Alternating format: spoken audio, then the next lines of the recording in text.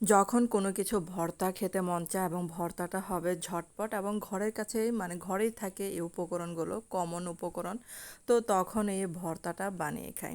আসসালামু আলাইকুম সবাইকে, কেমন আছেন সবাই? আশা করি তো ভালো আছেন। তো প্যানে প্রথমে কিন্তু সরিষার তেল দিয়েছি, তারপর এই যে বেগুনগুলো এরকম ফালি করে দিয়েছি, আর ওই যে দুইটা টমেটো দিয়েছিলাম মাঝখানটা ফালি করে, তারপর কিছুটা রসুন দিলাম।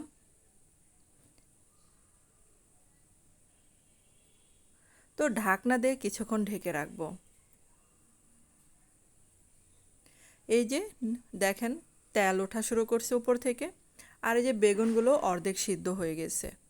তো আমি কিন্তু উল্টিয়ে দেব কিছুক্ষণ। এটা কিন্তু বেশিক্ষণ সময় লাগে না, 5 মিনিট বা 7 মিনিটের মতোই হয়ে যায় ভর্তাটা।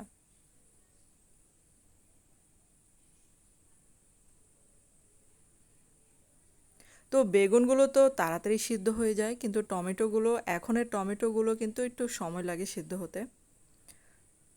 তারপরে যে বেগুনগুলো হয়ে গেছে, এখন বেগুনগুলো আগে নামিয়ে ফেলছে।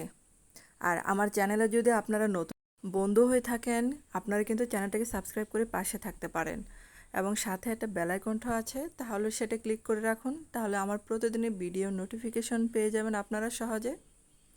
এখন এই যে টমেটোগুলো যে একটু সিদ্ধ হতে সময় লাগে, তার জন্য এটা প্যানে কিছুক্ষণ রেখে দিয়েছিলাম।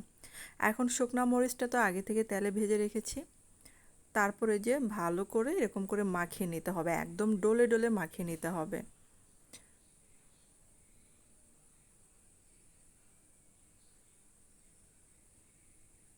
আর রসুনগুলো কিন্তু একদম নরম হয়ে গেছে, ধরতেই গলে যাচ্ছে। আর এই যে বেগুনগুলো কিন্তু একদম সিদ্ধ হয়ে গেছে, কিন্তু বেগুনের চামড়াটা কিন্তু মোটা। তারপর আমি কি করব, বেগুনটাকে চটকে চামড়াগুলো ফেলে দিব আলাদা করে। এই যে চামড়াগুলো আমি ফেলে দিচ্ছি। আর চামড়াগুলো ফেলে দিলে ভর্তাটা কিন্তু একদম সফট হবে।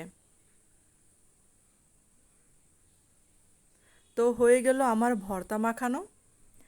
এখন এই যে একটা প্লেটে তুলে নিচ্ছি। তো গরম ভাতের সাথে এই ভর্তাটা দারুণ লাগে।